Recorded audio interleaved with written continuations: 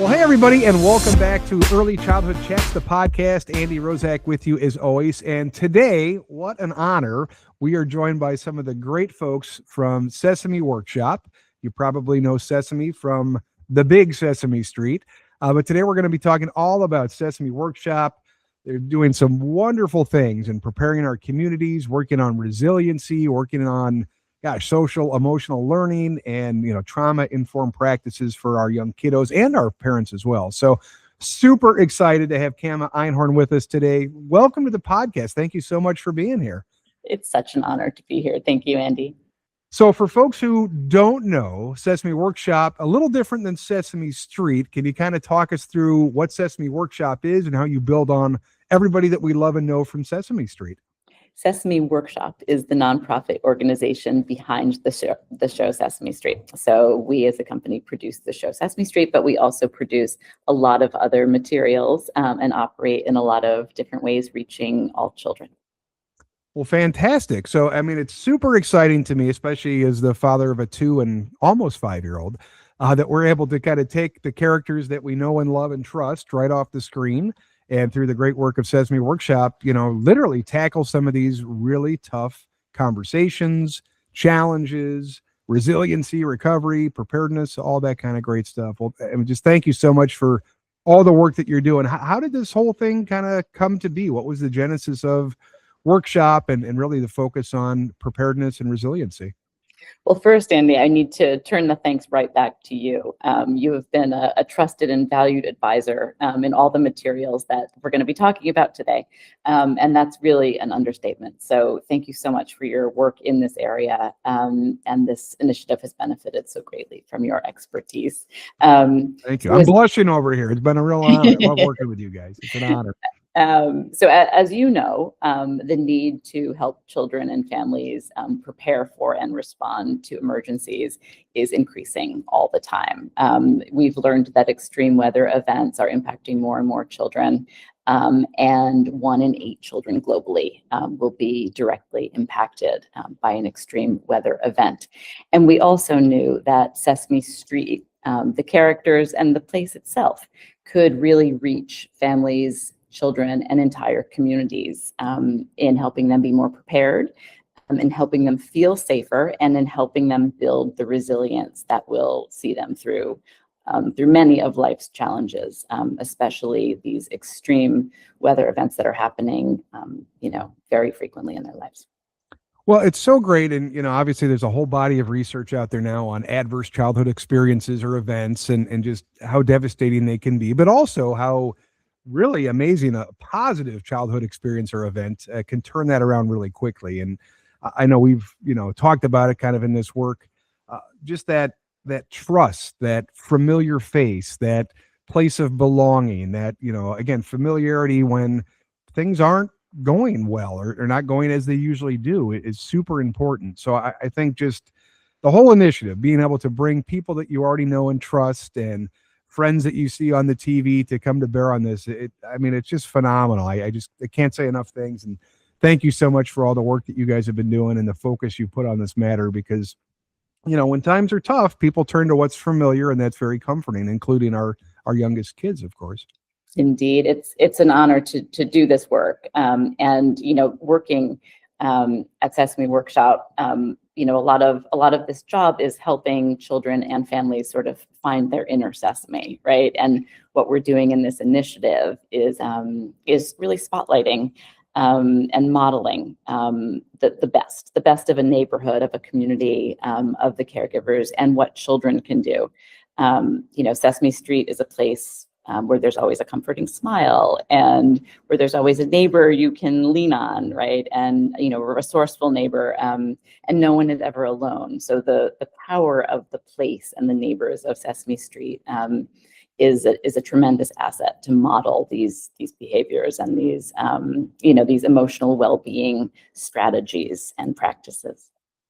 And I've really appreciated how we can leverage some of the lighter moments, some of that levity in what really can be some heavy topics, so I think having that kind of little, comic break or whatever we want to call it, a comedic relief or something, I guess, really does, I think, help the message resonate without getting, too heavy.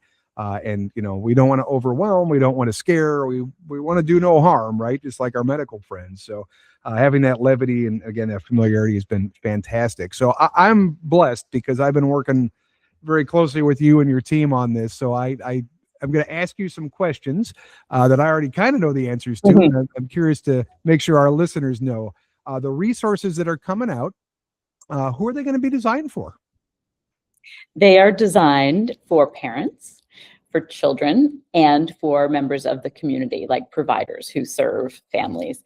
And there's something for everybody. So we just launched 9 guides on a variety of topics, different extreme weather events such as hurricanes, earthquakes, tornadoes.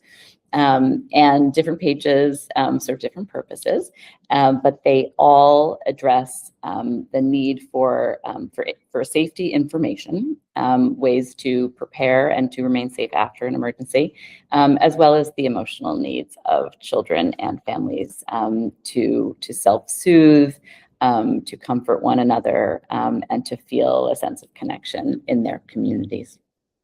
And I think what you'll find as you look through them, and I'm not sure when the official launch date is. Are they available now, or is it coming up soon, or what should we tell people when we can look for them? Today. Today Yeah. is the day. All right. Yeah. So by the time you're watching this podcast, the resources are out and available. That's super cool. But I think what you'll find when you look through them is there's, not only really great practical tips on messaging to kids, and I will say, without giving too much of the behind the scenes curtain, but there was really purposeful, thoughtful discussion on even just word choice, right? I mean, what are those specific words that we use? What words are kids going to know? All that kind of stuff really went into this. I mean, it was very fascinating to watch, and the process was phenomenal. But I think what's also really interesting is not only are we talking about tips for how we communicate with kids, but there was also a really good focus on the adults too. And kind of that whole put your air mask on first, take care of yourself. And if you're a mess, you can't be helpful to other people. So, I think how it was so purposeful in that regard was really impressive, and something that, quite often we overlook in emergencies and disasters. Right. So much is about the how the adults model, right, in their experience, and how they show children that they're taking care of themselves. And even in really, really tough moments, parents can explain to their child why they're feeling overwhelmed, what they're going to do to take care of themselves, and calm themselves down.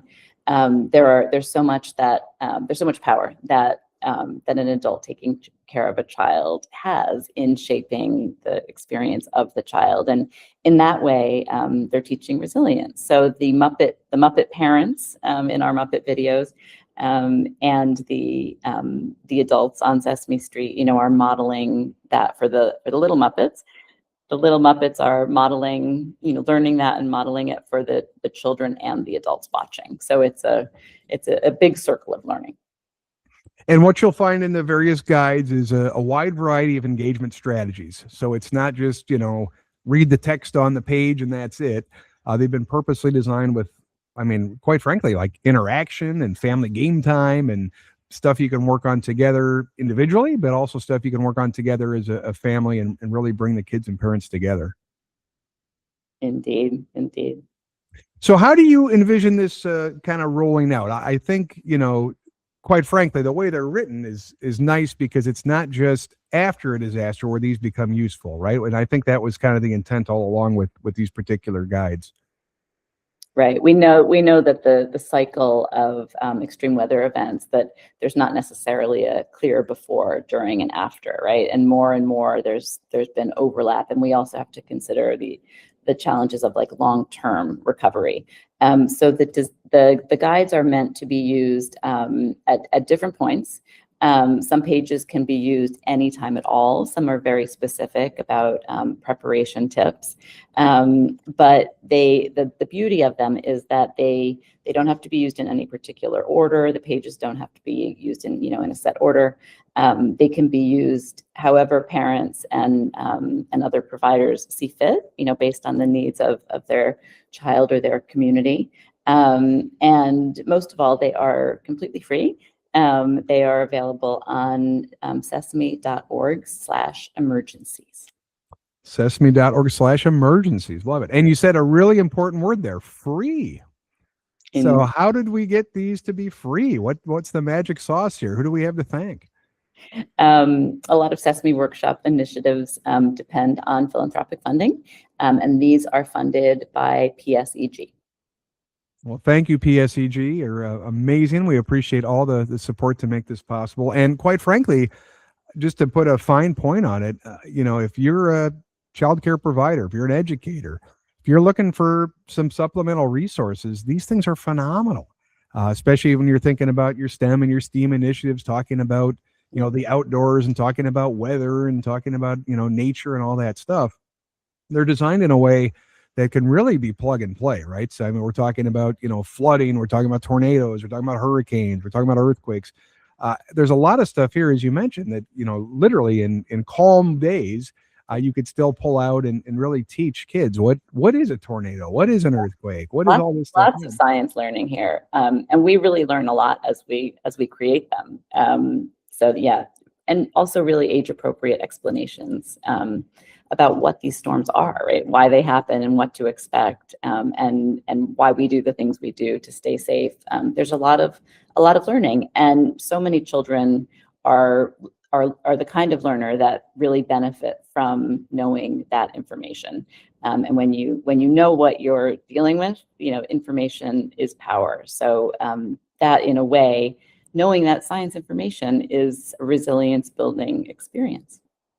Absolutely. So again, free, integrates right in your lesson plans that you're already probably doing and your STEM and STEAM activities, and very engaging. And of course, our friends at Sesame Street. What are you kidding me? What kid doesn't love to learn from all of our favorite characters, right? It makes the job pretty easy to have these Muppets, as sort of teaching assistants, because they have such a direct line to the hearts and minds of children and adults, right? So a lot of times Muppets can do the thing that humans can't do. They can say the things that humans can't say, right? And they can engage children and adults in this really light and playful way, even though it's a heavy topic. Laughter and play help us learn, right? Both children and adults. We know this. So to be able to use them is quite a gift, and we've found we can use them to teach almost anything. Well, I'm a little bit curious, a little switching topics a bit.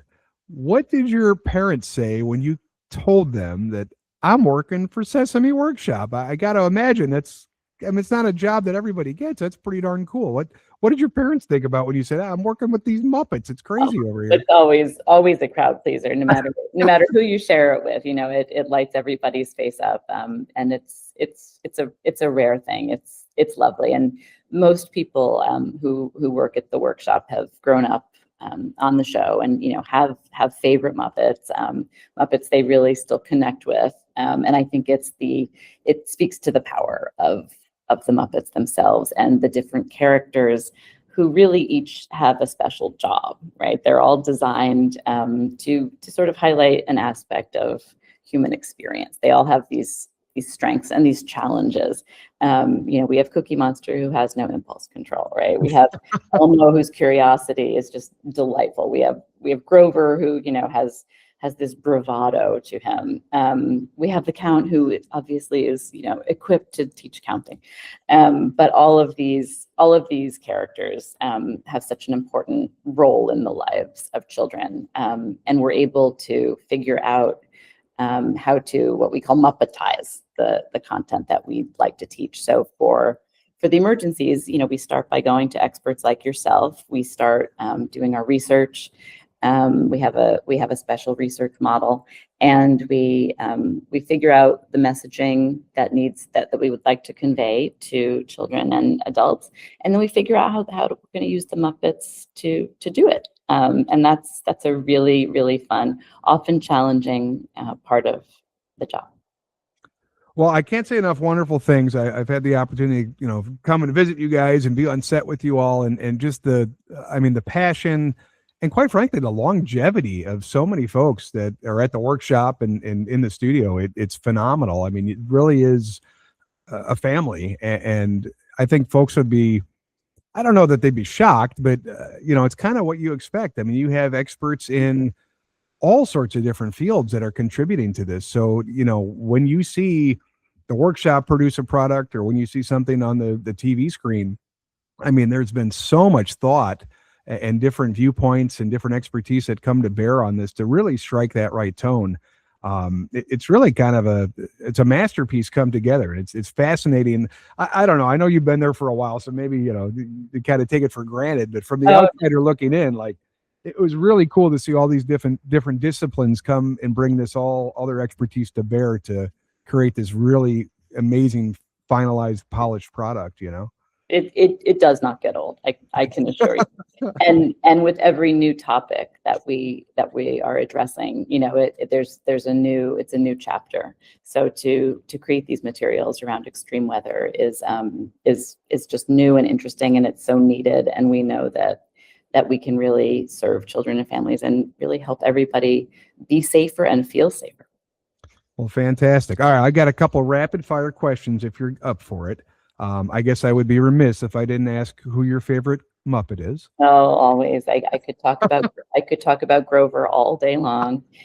I think we all have a favorite. I think there's some deep psychological reasons for this. I think Grover's combination of sweetness and bravado really resonates with me. And he's an amazing character. He can do a lot. He's physically very agile, right? He has these long spaghetti arms, and he's pretty articulate.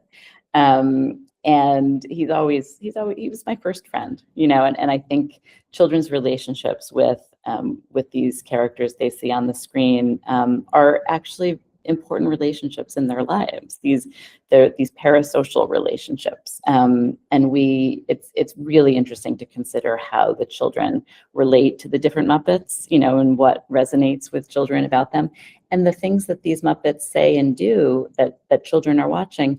These lessons are really like hardwired in there. So if a Muppet is offering a safety tip, that stays with the child, forever, right? Yeah. And that's such an incredible, it's such a powerful thing to be able to do. And with the help of experts like you, where we know the exact messaging that we want to convey to children and parents and communities, we can get it right, and the child carries that lesson with them their whole lives.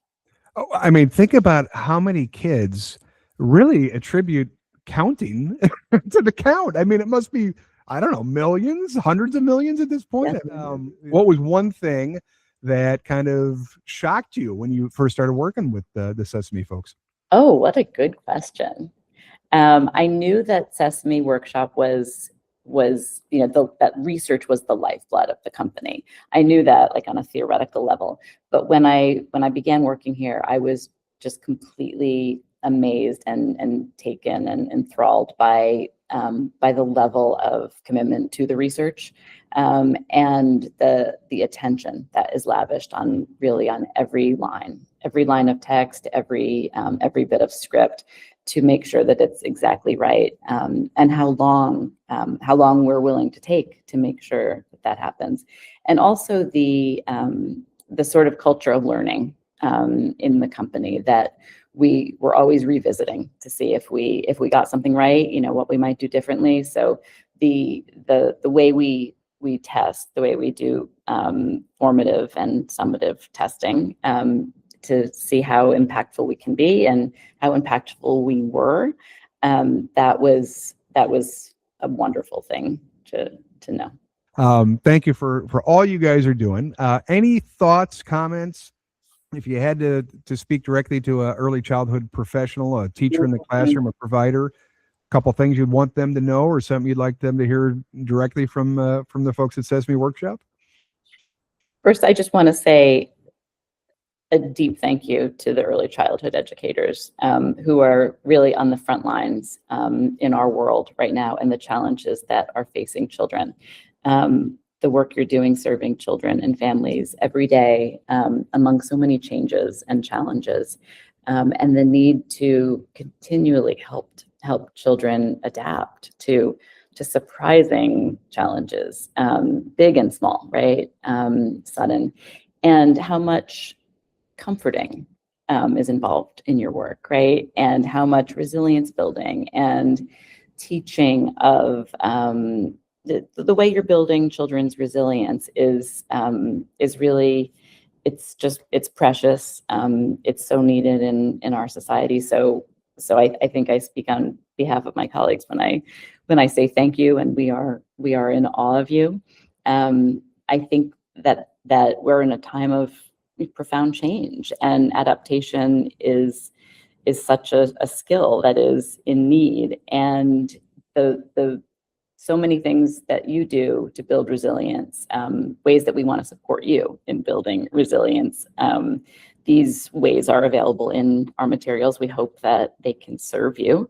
We have a lot on very specific ways to build resilience, like maintaining routines, like the value of play, right? Everything you do to help children learn has some element of play in it. And that comes up in these extreme weather events as well, the value of play. And finally, I think, there's so many different ways to look at community, right? And Sesame Street is the model community. It's a place I think we'd all like to live. And a classroom and a school is a community. And what you're doing to keep your school community safe, and all of your students live in neighborhoods, and we all want children to feel safe and secure in their communities. And we want to, of course, model how neighbors can lean on one another in times of crisis, and how we can become more resilient in the face of these challenges. So we are all in this together. We're honored to serve you in the work that you do. And really, really just a big thank you to the educators. Well, I have to echo that. It's amazing the work that's done every single day, and we need you, right? It's oftentimes a thankless job, but believe me, it's very much appreciated by so many out there. And keep at it. And I hope these resources, I hope you use them. I hope you download them. I hope you bring them into the classroom with you and share them with the kids. Let's plug the website one more time so everybody knows where to get these. Indeed, sesame.org/emergencies. And I should mention that you can, because it's all digital, of course, you can also email this link to families. If you're in a place that's, for instance, hurricane prone and it's hurricane season, you can simply put that in an email. You can print it out and distribute it. Have a look, see what works for you and your kids and families, and what you need, and please, and let us know what you think. Well, fantastic. Well, thank you so much for all you do, and thank you definitely for being here and joining with us on the podcast. It's obviously a pleasure to work with you and the team. I always love it. The interactions are phenomenal. The people are top notch. I just can't say enough great stuff about everything you guys are doing, and thank you for including me in a small part in this overall effort. It's been really rewarding, and I'm excited that we're releasing everything. How cool. We're going to have to shout this from the mountaintops. I couldn't agree more with everything you said, and the thanks goes right back to you, Andy. Well, I hope that you will take advantage of these free resources. Please check them out, download them, share them with your families, your friends, your littles, and get them out there in the wild. They're fantastic. And as we mentioned, you don't have to wait for a disaster to happen to have some really good conversations and get a lot of use out of these. So check them out. I'm going to be posting about them as we continue through our 2026 journey, of course, and as we think about different months that come up, when hurricane season starts, or we have October, fire safety month, or September for National Preparedness Month. These are certainly great resources you can include right in your family newsletters, on your Facebook page, et cetera, et cetera. So, please take advantage of these awesome resources. And there's going to be more to come, I think, right? Sesame Workshop's not done here. So stay tuned. Keep visiting the website, because I know they have a lot of stuff they're working on, and a lot of really cool stuff that is going to be just for our audience, the youngs that we serve, and of course our awesome educators out there. So I will give you the final word here. What else do you want to say to close us out? I would say that Sesame Street is first and foremost a neighborhood, right? It's in its very name. It's a street, it's a place. And in everything that we've learned about emergencies and how children and families experience emergencies, this sense of places matter keeps coming up. Places are important to humans. We have homes, we have neighborhoods, and they matter. And when we feel threatened, when our places, when our homes, when our neighborhoods are threatened, that can really shake our sense of safety and security. So what the caring adults in children's lives can do to honor the places that we live, to protect them, and to soothe children when those places have either been threatened or made unlivable, is just so powerful in the life of a child and of a community. So we hope everybody's places are safe, and we hope that the safety tips that we're offering will spread far and wide and become part of a sort of lifestyle of being prepared and knowing how to respond to extreme weather events. Wow, well said. Well, thank you so much. And thank you, of course, for being here with us on the podcast and listening. Thanks to all the great folks over at Sesame Workshop.